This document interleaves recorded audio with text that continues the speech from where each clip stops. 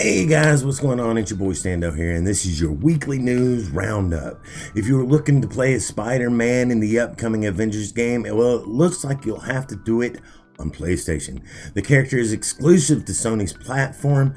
Avengers, which is being developed by Crystal Dynamics and published by Square Enix, is set to hit stores later this year, September 4th. The game is going to be a games as service hero looter that will have you playing through scenarios over and over again. Me myself, I'm not bothered because that's just, well, not my cup of tea. I was hyped on this game until I found out what it was, and as games as service, ongoing games, and then I just checked out. With that being said, other gamers around the net are pretty upset, and understandably so. They're outraged that the beloved Spider-Man is being held captive to one platform, though most pre-orders for the game are on PlayStation. Oh, wonder why. If you were wondering if your PS4 controller was going to work on the upcoming PS5, you're probably going to be a little disappointed. The controller will be supported for PS4 legacy titles, but will not be supported for PS5 games, and that's a bummer when you consider how expensive controllers are. But it seems that Sony is banking on the new features of the upcoming controller, which include haptic feedback, to be essential to the next generation experience. So get ready to open up your wallets and dole out some cash for a new controller. Speaking of the PS5, let's talk about backwards compatibility. When we first heard about from Mark Cerny, he said about 100 games from the greatest hits collections will be backwards compatible. But as it turns out, it may be all games will be backwards compatible. I don't know, it's gotten kind of confusing.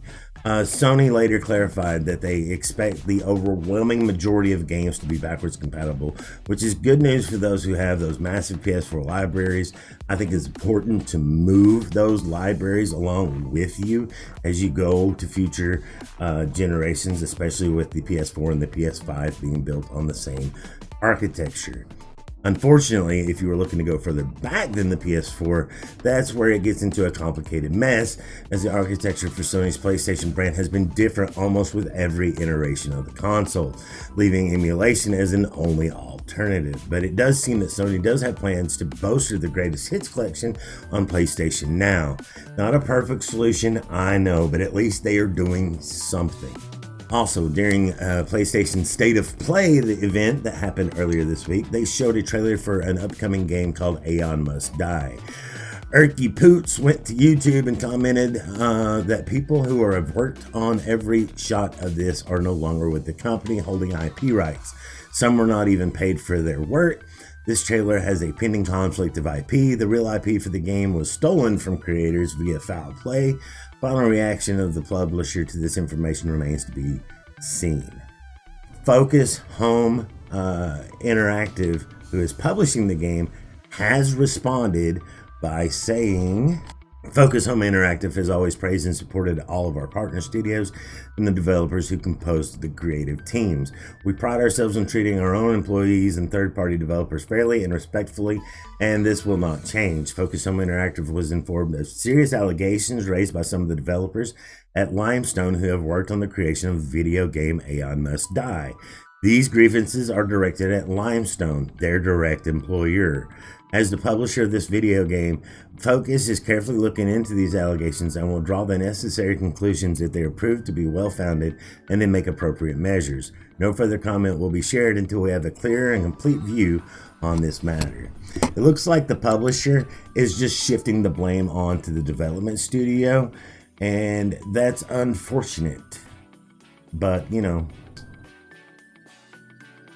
that's a publisher for you. It does seem that Sony had no idea or knowledge of the drama of this scandal, and it will be left up between Focus Home Interactive and Limestone Studios to work it all out. Dr. Disrespect returned to streaming on Friday afternoon following a 24-hour hype stream with a single image, allowing hundreds of thousands of fans to congregate before his return.